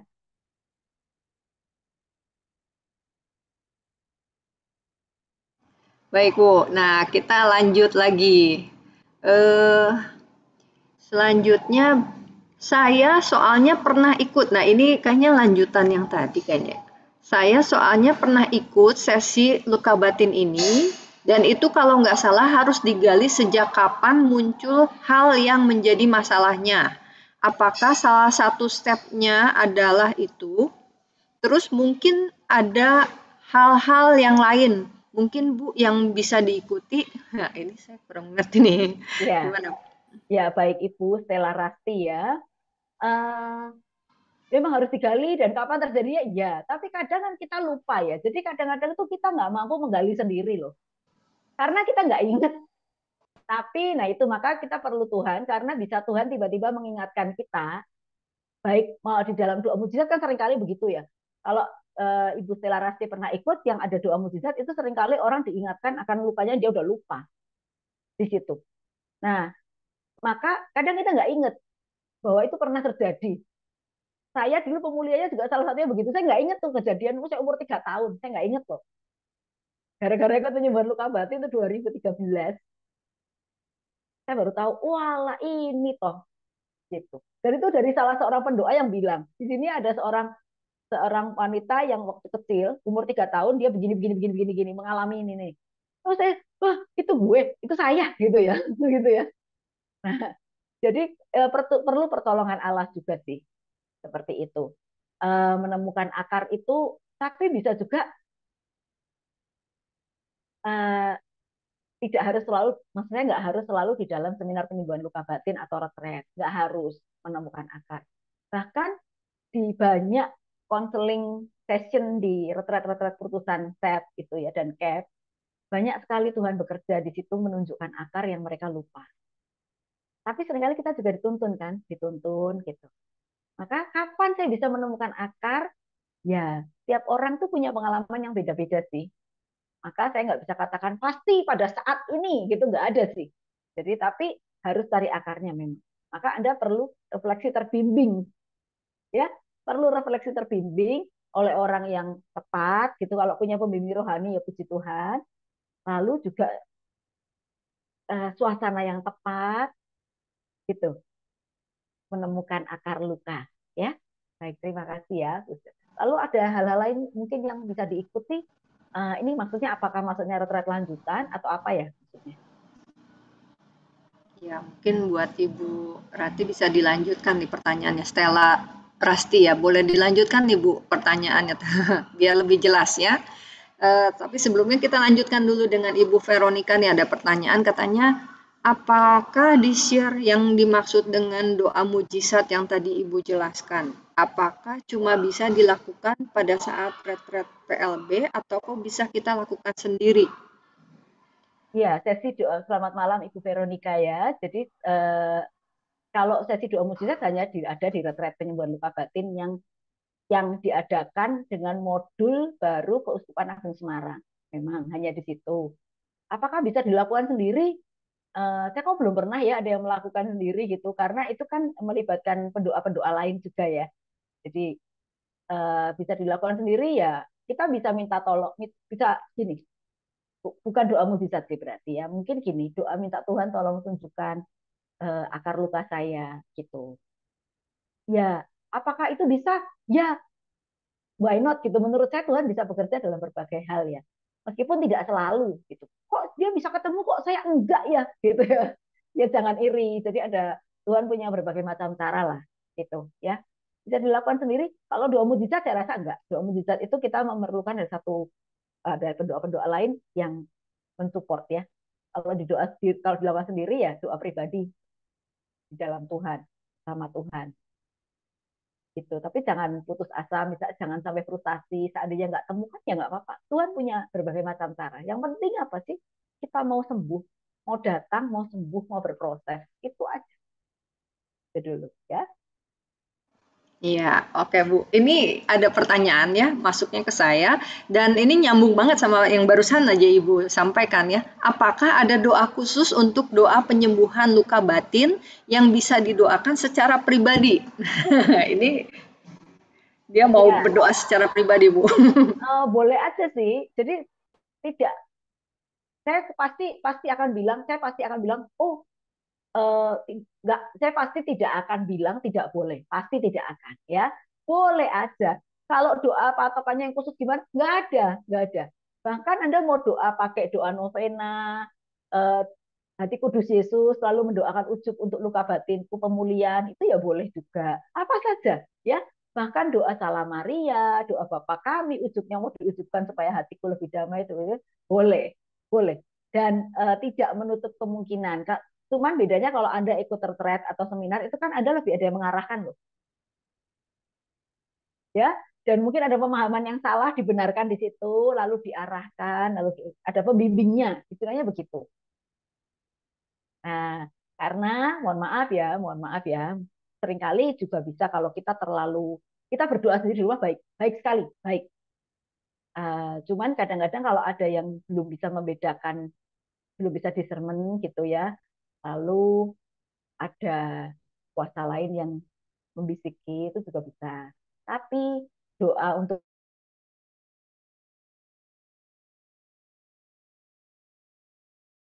penyembuhan luka batin itu ya Tuhan nggak tidak saya sih percaya Tuhan nggak apa ya kamu baru ngomong begini baru tak terima doanya enggak lah bahkan orang yang sederhana doanya cuma ngomongnya pakai bahasa Sunda gitu ya pakai bahasa Jawa dan nggak tertata dengan baik Tuhan tahu lah dan Tuhan senang asal itu dari hati Tuhan rindu memulihkan ya Tuhan rindu memulihkan tapi seringkali Bapak Ibu yang saya temukan apa Tuhan itu juga mencintai proses satu kedua juga apa ya mencintai kerendah hatian kita apa karena apa membuka hati, mengakui bahwa terluka, itu seringkali tidak terlalu mudah. Apalagi untuk orang-orang yang mungkin punya kedudukan, mungkin sangat terpandang di gereja, mungkin sangat terpandang di perusahaannya, tidak terlalu mudah. Padahal kalau berlutut tersungkur di hadapan Tuhan itu kan memang perlu kerendahan hatian ya. Tuhan aku terluka dan aku membutuhkan Engkau. Gitu. Tapi jangan khawatir, doanya nggak ada patokan khusus. Yang penting ada berdoa dari hati, minta sama Tuhan. Gitu. Ya, oke. Jadi nggak ada doa khusus. Kita doa yang penting hatinya sudah tertuju sama Tuhan dan memang mau ya Bu ya, pengen Ya, kalau untuk dipulihkan diri ya. sendiri nggak ada, tapi kalau untuk orang lain, uh, tadi saya kasih buku. Karena apa? Ya. Kalau Anda ngomongnya, orang itu kan mungkin dengar aja harus ya kita harus tertata ya kata-katanya kalau mendoakan orang lain. Kalau diri sendiri sih Tuhan ngerti, saya nggak bisa ngomong yang hebat-hebat Tuhan, saya nggak. Tapi saya rindu sembuh Tuhan, aku tuh soalnya udah capek hidup begini Tuhan, gitu aja ngomong Tuhan sudah oke. Okay. Ya, ya. Oke, Bu. Kita lanjut ya, Bu ya. Masih banyak nih. Ternyata ngedread ya tadi nggak ada, sekarang banyak. Shalom Bu Evi, masih kaitan dengan pertanyaan akar permasalahan poin 2 tadi mengenai dirinya sendiri. Seperti suami tidak menghargai dirinya sendiri karena tidak berhasil dalam pekerjaan dan bagaimana menghandle jika keduanya suami istri ada luka batin. Baik, terima kasih Pak Julius Lois ya. Suami tidak menghargai diri sendiri. Uh, ya, karena tidak berhasil dalam pekerjaan. Bagaimana menghandle jika keduanya suami istri ada luka batin? Jadi gini, ini saya pisahkan dulu ya.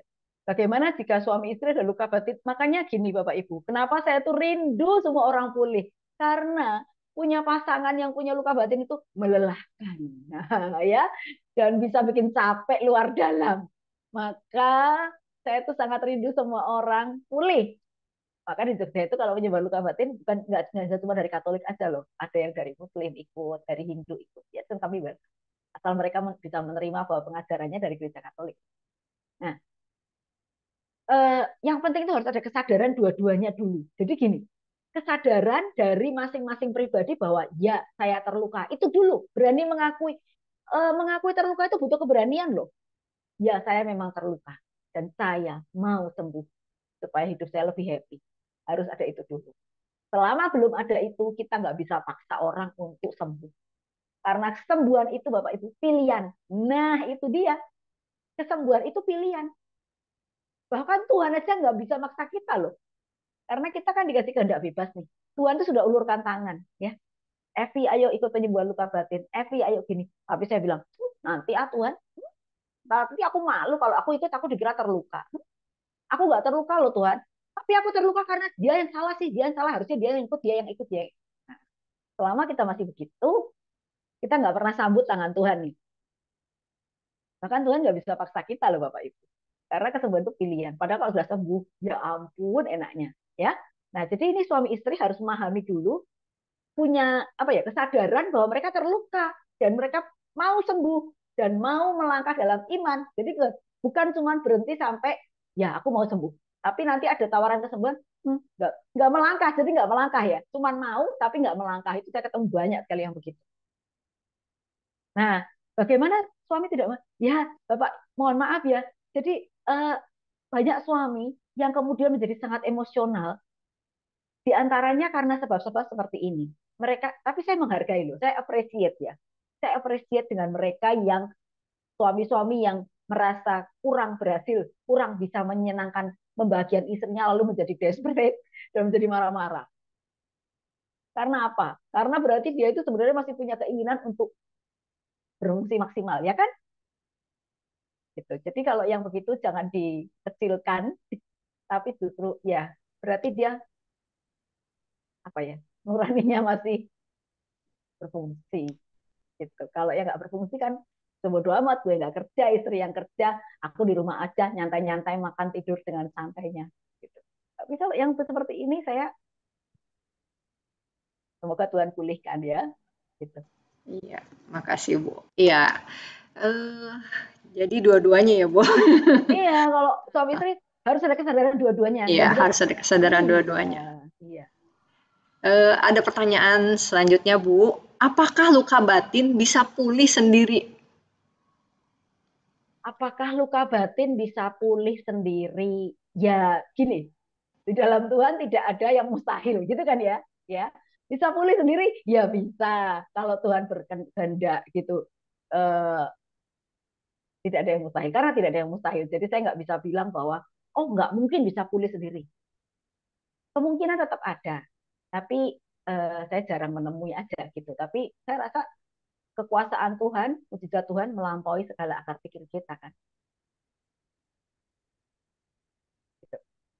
Iya, oke. Terima kasih Bu Evi. Ini sepertinya pertanyaannya sudah nggak ada lagi. Apakah Bapak Ibu masih ada yang mau ditanyakan sebelum kita lanjut dengan selanjutnya ada yang akan dilakukan lagi nih kita nih. Oh ada nih katanya Bu, satu lagi ya. Orang tua yang pernah menolak anaknya sejak dalam kandungan, tiap malam ketika anaknya tidur didoakan agar Tuhan pulihkan luka batinnya. Apakah anak itu bisa terbebas dari luka batin sejak dalam kandungan? Ya, terima kasih Bu Justin ya. Kita sering kontak-kontakan. Ya, sekali lagi tidak ada yang mustahil bagi Tuhan. Jadi memang seringkali saya mengusulkan memberi saran pada orang tua yang pernah mau menggugurkan dalam anaknya dalam kandungan, lalu anaknya nggak gugur nih ya, dan tetap terlahir. Eh,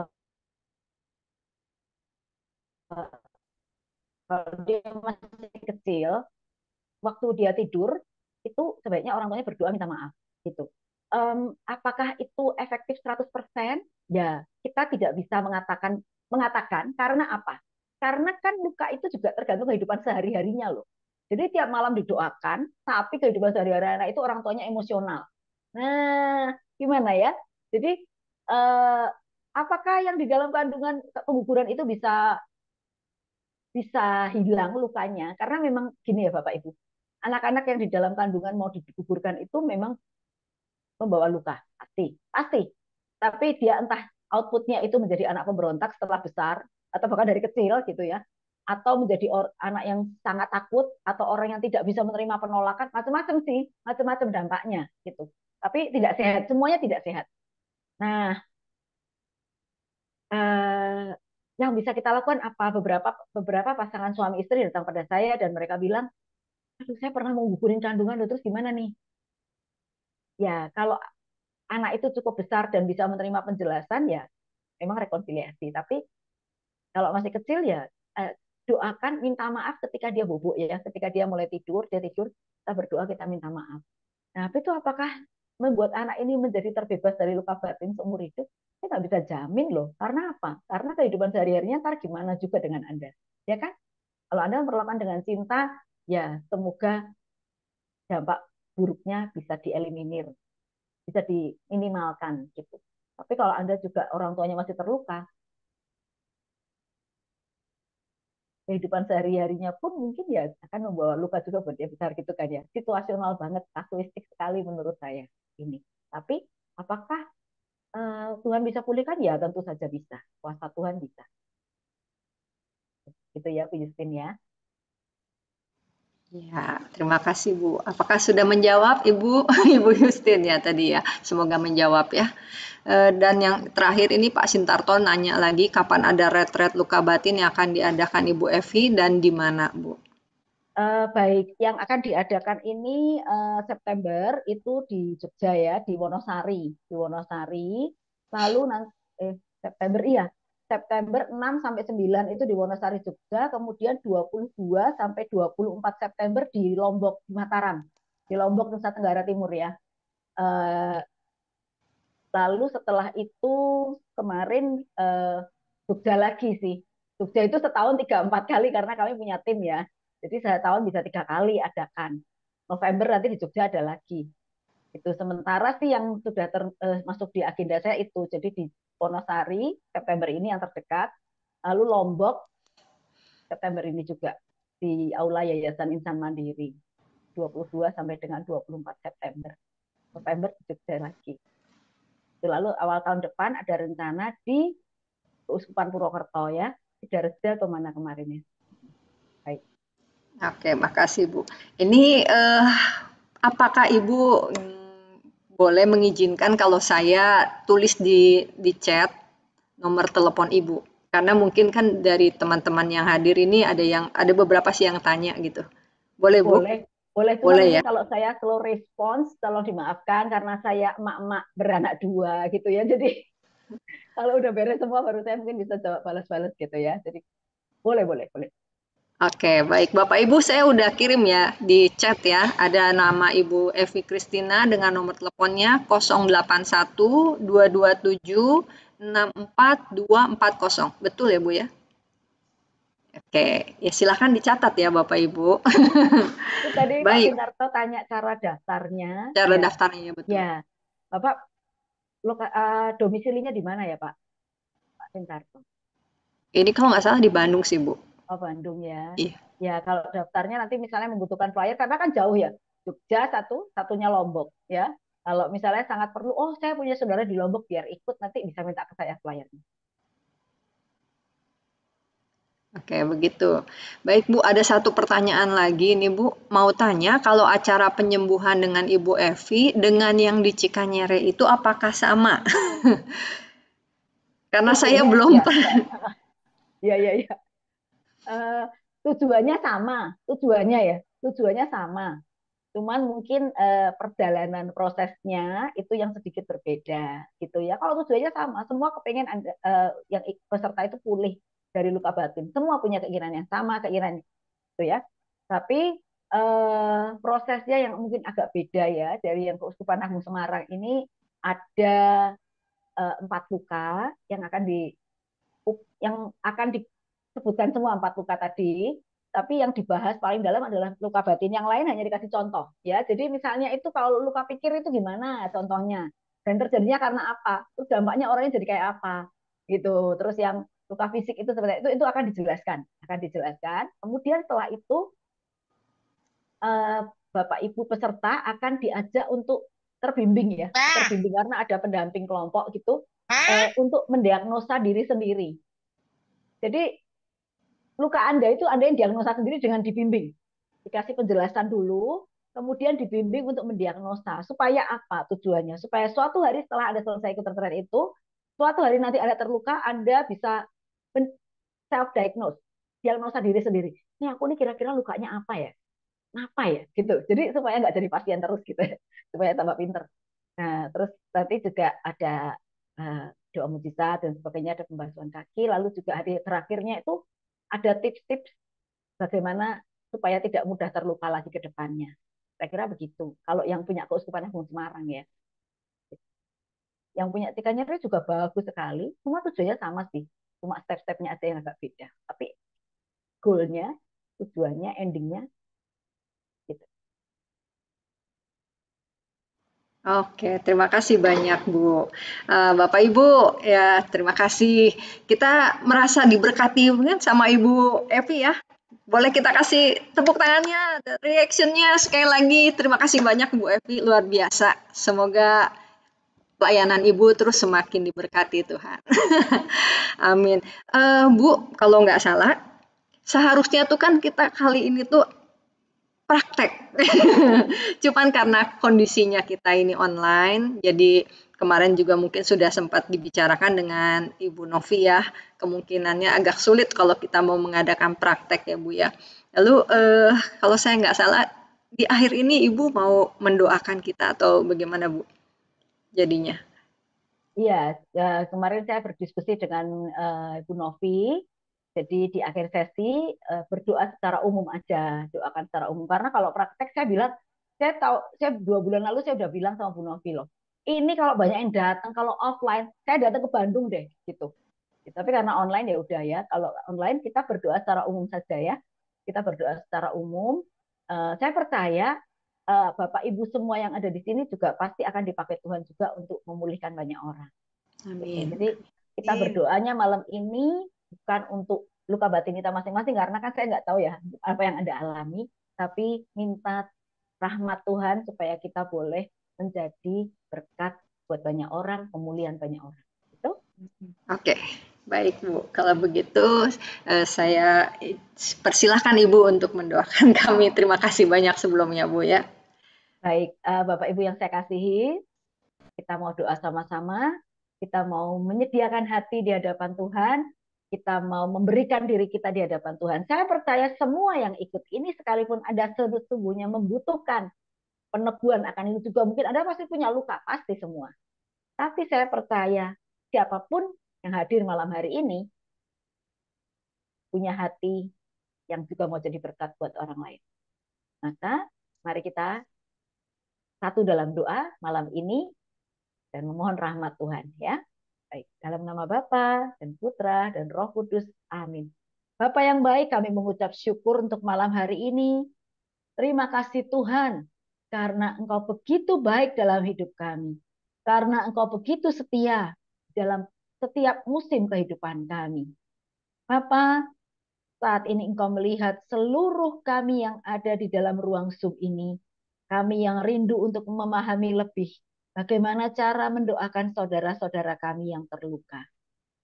Engkau tahu Tuhan, kami juga pribadi-pribadi yang tidak lepas dari luka. Tapi kami mohon rahmat-Mu, kami mohon cinta-Mu, kami mohon damai sejahtera yang datang dari Engkau supaya tinggal di hati kami dan sukacita yang penuh, supaya kami juga dapat menjadi berkat buat banyak orang. Kami dapat membantu pemulihan banyak orang dari luka-luka batin mereka, dari luka-luka dalam hidup mereka. Tuhan, hidup kami seperti rumput yang sekejap saja. Tapi biarlah hidup yang sekejap saja ini Tuhan menyenangkan hatimu. Hidup yang menjadi berkat. Hidup yang berarti karena pulih dan berani memulihkan, membantu memulihkan teman-teman kami yang lain. Tuhan, kami penuh dengan kelemahan, kami penuh dengan dosa, tapi terima kasih karena selalu mencintai kami apa adanya dan Engkau rindu memulihkan kami, melihat setiap kami menjalani hidup kami dengan lebih bahagia karena pulih bersama Engkau. Pakailah kami Tuhan, semua yang ada di dalam ruang Zoom ini, untuk menjadi berkat kesembuhan bagi banyak orang. Terima kasih Tuhan, terima kasih untuk semua yang boleh Kau berikan dalam hidup kami. Terima kasih karena Engkau telah menyertai kami sampai dengan hari ini. Dan biarlah sampai ke depannya, kami semua tetap bergandengan tangan dengan Engkau. Menggandeng tanganmu sampai saatnya Kau panggil kembali. Terima kasih Tuhan. Kemuliaan kepada Bapa dan Putra dan Roh Kudus, seperti pada permulaan, sekarang, selalu, dan sepanjang segala abad. Amin. Dalam nama Bapa dan Putra dan Roh Kudus. Amin.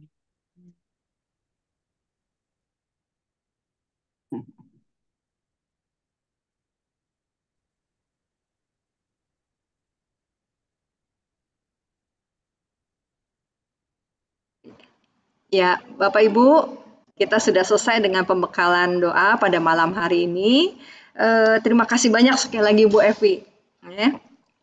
Saya mohon bantuan dulu sebentar Bu untuk tim Mulmed. Saya ada yang mau saya sampaikan untuk pengumumannya.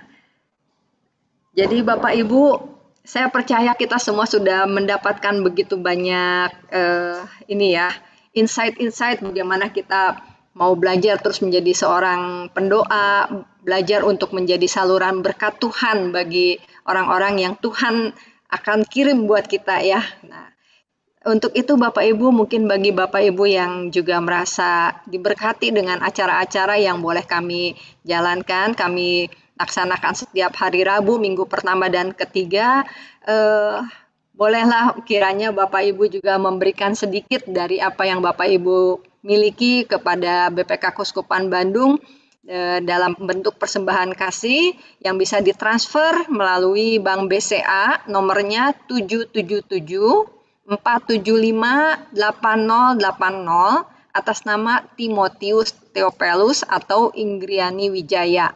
Kami mengucapkan banyak terima kasih buat Bapak Ibu yang selama ini juga sudah setia dan seringkali juga memberikan sumbangannya bagi BPK Keuskupan Bandung. Semoga Tuhan akan terus memberkati Bapak Ibu. Ya, terima kasih. Dan pengumuman selanjutnya. Nah, ini. Kalau kita hari ini adalah seri yang ketiga ya, seri yang ketiga. Kita pertama kan udah belajar tentang doa, terus yang kedua tentang doa syafaat.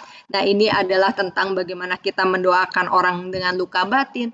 Yang selanjutnya ini nggak kalah menariknya, kita akan belajar untuk mendoakan orang yang sakit. Nah, Bapak Ibu jangan sampai ketinggalan ya, kita mau belajar sama-sama. Ya, jadi di minggu yang terakhir, biasanya minggu kelima itu memang kita nggak ada, tetapi karena minggu kelima ini kebetulan ya kita pikir daripada kosong, jadi kita majukan ya. Ya, kita akan sama-sama belajar tanggal 30 Agustus, hari Rabu, tentang hakikat penyembuhan yang akan dibawakan oleh Romo Didi Tarmedi OSC dari Bandung. Ya. Yang selanjutnya terus kita akan belajar lagi juga tentang fungsi dan kuasa doa bagi orang sakit. Tanggal 6 September. Ini akan dibawakan oleh Bapak Yosef Teja Indra dari KAJ.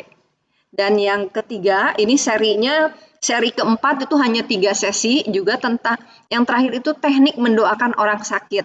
Ini akan dibawakan oleh Bapak Yopi dan Ibu Ivon Taroreh. Ya. Tanggalnya dicatat tanggal Rabu tanggal 20 September. Jadi ada 3 sesi untuk seri mendoakan orang sakit.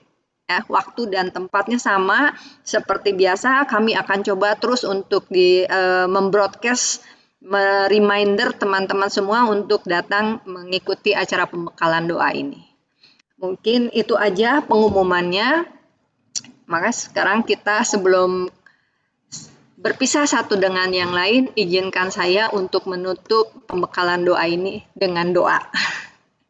Mari kita berdoa, Bapak Ibu, dalam nama Bapa, Putra, dan Roh Kudus. Amin.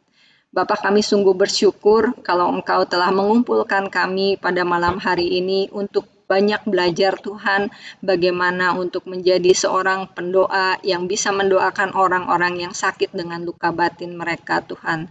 Tuhan, terima kasih juga Engkau yang telah mengirimkan anakmu Ibu Evi Kristina Tuhan di tengah-tengah kami. Kami sungguh bersyukur Tuhan, begitu banyak yang beliau boleh sampaikan sehingga kami boleh banyak belajar. Tuhan, biarlah kami boleh berdoa juga untuk Ibu Evi, sekiranya Engkau yang telah pakai beliau untuk menjadi saluran berkat kasih-Mu Tuhan bagi setiap orang yang Engkau kirimkan. Tuhan, biarlah Engkau tambahkan setiap karunia, karisma, dan talenta Tuhan bagi Ibu Evi sehingga dia boleh semakin lagi melayani Engkau, semakin lagi menyenangkan hatimu, semakin lagi menjadi saluran berkat-Mu bagi setiap orang Tuhan. Berkati keluarganya, berkati pekerjaannya, dan kami serahkan semuanya ke dalam tangan kasih-Mu Tuhan. Bapa, kami selesai dengan acara kami pada malam hari ini. Pertemukan kami kembali di tanggal 30 Agustus nanti untuk dengan mengikuti pembekalan dengan seri yang baru mengenai mendoakan orang yang sakit. Tuhan berikan kerinduan bagi kami para pendoa untuk terus mau belajar Tuhan. Kami mau terus belajar melalui orang-orang yang telah Engkau pilih, Engkau kirimkan untuk menjadi saluran berkat bagi kami. Terima kasih Bapa. Kalau sebentar kami akan berpisah satu dengan yang lain, melanjutkan setiap kegiatan kami, ataupun juga kami akan beristirahat. Tuhan, biarlah Engkau lindungi, Engkau berkati kami senantiasa. Terima kasih Bapa, doa yang jauh dari sempurna ini kami landaskan di dalam nama Tuhan kami Yesus Kristus yang hidup, kini dan sepanjang segala masa. Amin. Dalam nama Bapa, Putra, dan Roh Kudus. Amin. Sekali lagi Ibu Evi, terima kasih banyak. Sampai bertemu lagi, mudah-mudahan kita bisa bertemu lagi ya Bu ya. Oke. Terima kasih. Sampai berjumpa Bapak Ibu. Terima kasih. Terima kasih.